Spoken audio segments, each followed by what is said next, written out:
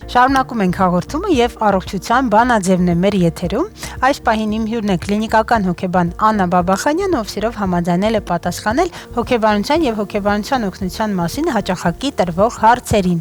Հիմնականում անանուն հարցեր են, Աննա, որոնք տրվել են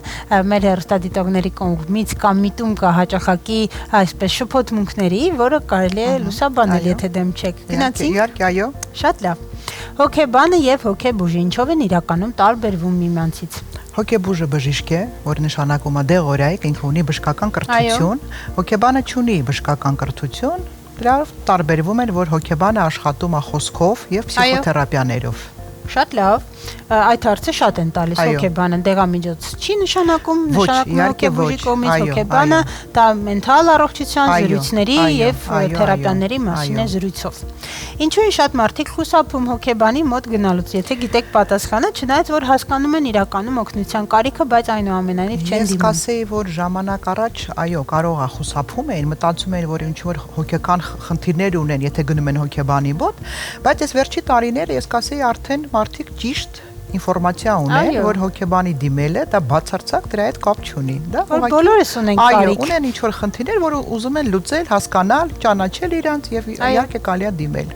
Կա տարածված կարծիք, որ հոգեբանի մոտ չի կարելի 1-2 այցով սահմանափակվել եւ միշտ անհրաժեշտ է երկարատև բուժում։ Արդյոք դա ճիշտ է եւ ինչու։ Դա ճիշտ չէ, որտեղ մարդը գալիս է, սկզբից մենք անում ենք ել եմ ասում հոգեախտորոշում, հասկանում ենք ինչ խնդիր ունի։ Հնարավոր է մարդը ունի տենց մի հատ հարց, որը կարելի է տեղում լուծել եւ ինքը քո մոտ չգա։ Եվ փսիխոթերապիա, երբ որ շարունակական այո բնույթի է դա։ Երկու տարբերակն էլ ընդունված են։ Հնարավոր է։ Այո, իհարկե։ Ինչ է տեղի ունենում հոգեբանի մոտ մեկ սովորական այցի ընթացքում։ Իսկ դուք արդեն այսպես պատասխանեցիք ակամա, որ կարող է եւ նույնիսկ իրավիճակային կամ կոնկրետ հարցադրում լինի բուժառուի կամ այցելուի կողմից։ Պացիենտը միշտ ուզում է լսել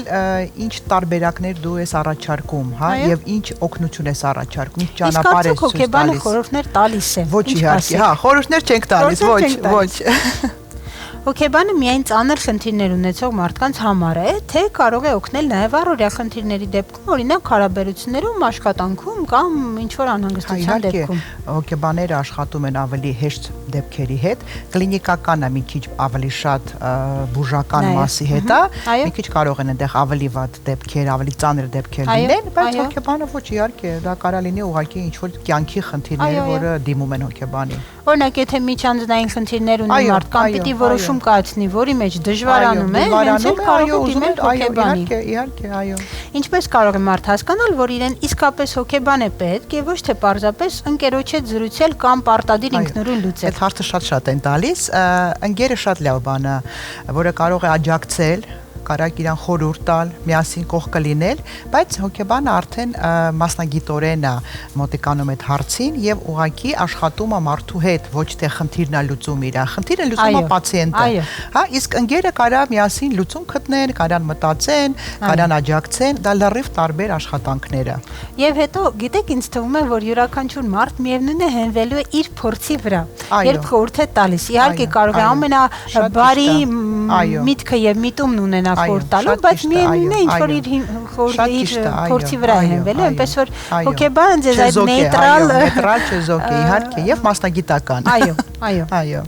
Արդյոք հոգեբանական օգնությունը 100% գաղտնի է։ Իրոք շատերին կարող է սա մտահոգել, արդյոք այդ անվտանգությունը իրենք կարող են ակնկալել, մարդը կարող է վստահ լինել, որ ոչ ոք չի իմանա այն մասին, ինչով ինքը կիսվել է մասնագետի հետ։ Դրան տալիս այդ գաղտնիությանը շատ, դա բոլորը գիտեն իմ մասին, այո, շատ կարևոր է, շատ ու շատ ծանր աշխատանք է դա, որտեղ դու պիտի ամբողջը պահես քո մեջ։ Ընդհանուր մասնագետների, ուրիշ մասնագետների հետ ես չեմ քննարկում պացիենտին, մենակ գանգատների մասին, բայց ոչ իր կյանքի։ Այո, շատ կարևոր է։ Սիրելի հեռուստադիտողներ, եթե դուք օրինակ պոտենցիալ այցելու եք հոգեբանի կաբինետում, ինձ թվում է, որ ամոթ չի լինի հարցնել, եթե դա ձեզ մտահոգում է, թեկուզ եւ բարձրաձայնել, արդյոք ես կարող եմ հանգիստ լինել եւ վստահ, որ իմ այսօրվա զրույցը կամ այն ամեն ինչով ես կկիսվեմ, մնա այս պատերի ներսում, ինչու ոչ, չէ, որ դա միգուցե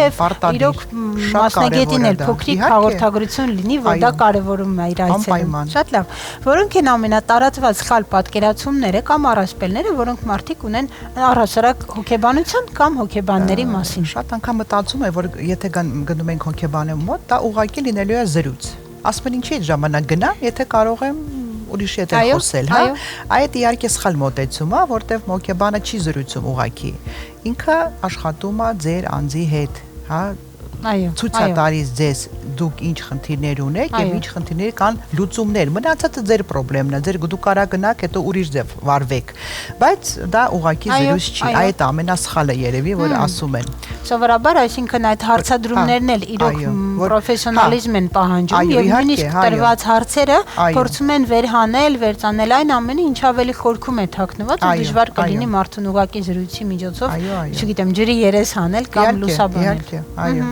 Շատ լավ, հարցերը այսքանն էին, ես վերջում մինչև ամփոփել Աննա կհարցնեմ ձեզ, կան արդյոք այն ամենատարածված միֆը, որ դուք կուզենայիք այսօր հնչեցնել, ինչ ամենաշատը ունեն մեր հատկապես մի քիչ ստերեոտիպ մտածողություն ունեցող մարդիկ, ոչ թե բոլորն են այդպիսին, բայց որ դուք կուզենայիք փարատել եւ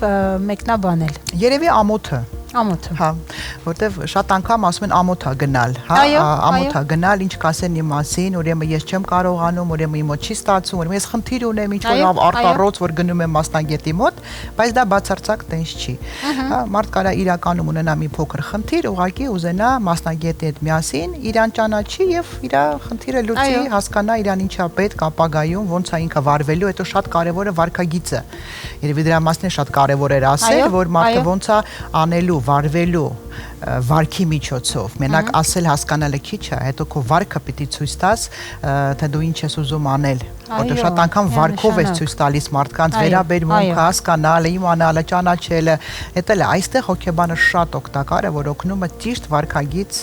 ստեղծել մարդու համար։ Այո, ինչ կարևոր բան ասեցիք, հիմա կիսվեմ իմ փորձով ինչ հիշեցի, նախ առաջինը մասնագետը, այո, հաստատեց, որ ամոթ չէ, այդ ստերեոտիպ մտածողությունը, որ մասնագետի դիմել առհասարակ օգնության դիմելը ամոթ չէ, ես կարծում եմ ամոթ է չդիմելը, երբ որ դուք դրա կարիքը ունեք, ճիշտ հակառակը, եւ սիրելի Աննա, ես հիշեցի մի բան, որ միշտ ասում եմ առհասարակ տագնապային խանգարումները ներկայացնելուց իմ գոլեգաների հետ զրուցելուց, ասում եմ, որ շատ հաճախ մենք կարծում ենք եւ հույս ունենք, որ եթե մեր այցելուներին կամ բուժառուին բացատրեցինք, թե ինչպես է աշխատում նյարդային համակարգը ու տագնապը ինչպես է զարգանում, այդ փսիխո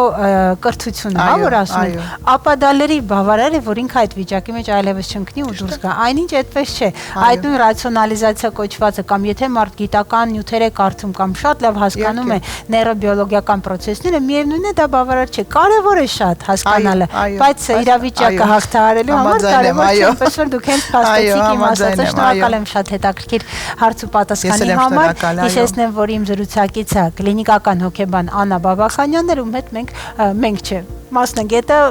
մեկնաբանեց Աննանուն տրված հարցերը, ուզամ, որ այս հատվածը ձեզ համար հետաքրքիր ու ինֆորմատիվ էր, իսկ մենք շարժվենք առաջ։